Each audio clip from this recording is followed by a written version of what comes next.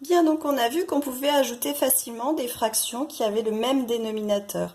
Donc je vous rappelle, hein, par exemple ici, ajouter des septièmes, là, 2 septièmes avec 3 septièmes, ça fait 2 plus 3, 5 septièmes. Donc quand les fractions ont le même dénominateur, ça pose aucun problème. Ce qu'il faudra faire, très attention, c'est quand vos deux fractions n'ont pas le même dénominateur, dans ce cas-là, vous êtes obligé de faire un travail préalable, c'est-à-dire de faire en sorte qu'elles aient toutes les deux le même dénominateur. Alors ici, j'espère que tout le monde voit que le dénominateur commun qu'on peut trouver, c'est 4. Hein, celle-ci, je peux facilement l'amener sur 4 en multipliant en bas par 2 et en haut aussi par 2. Et la deuxième est déjà sur 4, donc je ne vais pas y toucher. Alors, je montre à mon lecteur comment je fais pour amener la première fraction sur 4. Donc je la réécris. J'étire un petit peu le trait de fraction, je le fais un peu plus grand.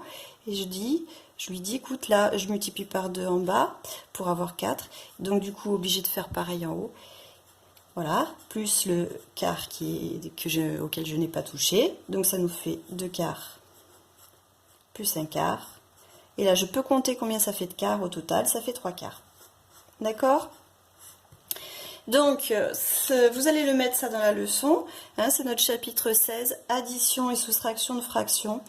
Grand 1, donc addition et soustraction. Et vous avez ici, donc je ne sais pas si vous voyez bien, vous avez la règle qui permet, oui c'est bon, pour additionner ou soustraire deux nombres en écriture fractionnaire, tout d'abord, on doit les mettre au même dénominateur. Bon, s'ils sont déjà au même dénominateur, ça c'est une étape qu'on saute évidemment.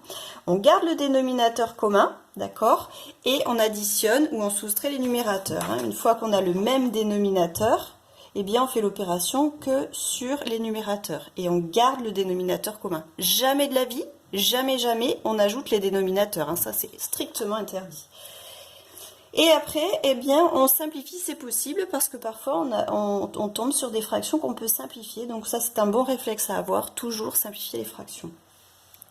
Alors ensuite, vous avez 3 exemples. Les 3 exemples de la leçon, j'aimerais que vous les fassiez au crayon papier, hein, sur votre cahier, et on verra la correction la prochaine fois. Allez, bon courage!